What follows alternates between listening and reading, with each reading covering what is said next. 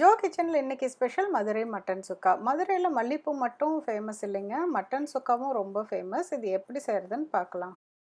1/2 kilo mutton எடுத்துகிட்டு அதில் கொஞ்சம் ஜிஞ்சர் கார்லிக் பேஸ்ட், மஞ்சத்தூள், மிளகாத்தூள், கொஞ்சம் உப்பு, இது எல்லாத்தையும் போட்டு குக்கர்லேயே வேக வச்சு தனியாக எடுத்து வச்சுக்கணும். அதுக்கப்புறமேலு சீரகம், மிளகு, சோம்பு இது 3ம் ஈக்குவலான அளவில் எடுத்துக்கிட்டு ஒரு இடிக்கல்லில் இதை கோர்ஸாக இடித்து வச்சுக்கணும். ரொம்ப பொடியாக இடிக்கக்கூடாது.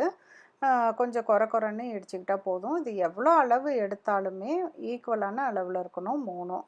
அதுக்கப்புறமேலு ஒரு பேனில் எண்ணெய் காஞ்சதும் பட்டை, கிராம்பு, கொஞ்சமாக சோம்பு, அப்புறம் பிரிஞ்சி இலை இதை போட்டு லைட்டாக வதக்கிட்டு நம்ம பொடிச்சு வச்சுருக்க அந்த பொடி அதுதான் இந்த மட்டன் சுக்காவுக்கு ஒரு ஸ்பெஷல் டேஸ்ட்டை கொடுக்கும்.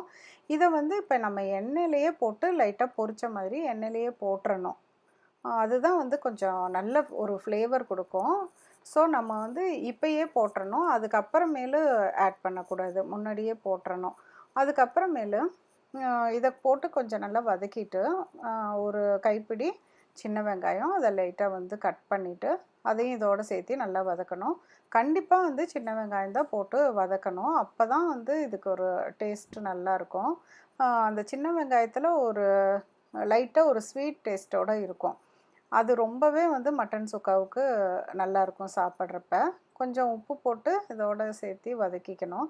அதுக்கப்புறம் தக்காளி ரொம்ப போட தேவையில்லை. பட் ஒரு மீடியம் சைஸில் ஒரு ஹாஃப் தக்காளி மட்டும் நான் எடுத்துகிட்டு இதில் ஆட் பண்ணியிருக்கேன். ரொம்ப போட்டோம்னா ஒரு மாதிரி மசால் டைப்பில் வந்துடும். இது சுக்காங்கிறனால நம்ம கொஞ்சம் கம்மியாக போட்டுக்கணும். இப்போ பாயில் பண்ண அந்த கறி எடுத்து இது கூட போட்டுறணும். ஏற்கனவே பாயில் பண்ணியிருக்கிறனால அது ரொம்ப வேகிறதுக்கு தேவையில்லை.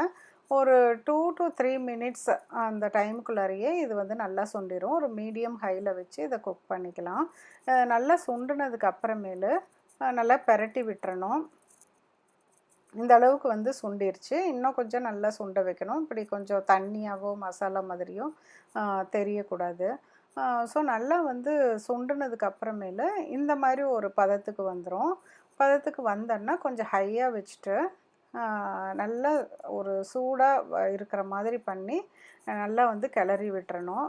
கிளறி விட்டதுக்கு அப்புறமேலு கடைசியில் கொஞ்சம் கருவேப்பிலையை இதில் போடணும்.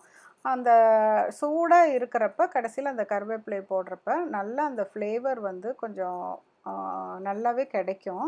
ஸோ இந்த மாதிரி ட்ரை ஐட்டம்ஸ்க்கெல்லாம் எப்போதுமே கருவேப்பிலையை கடைசியில் தான் போடணும்.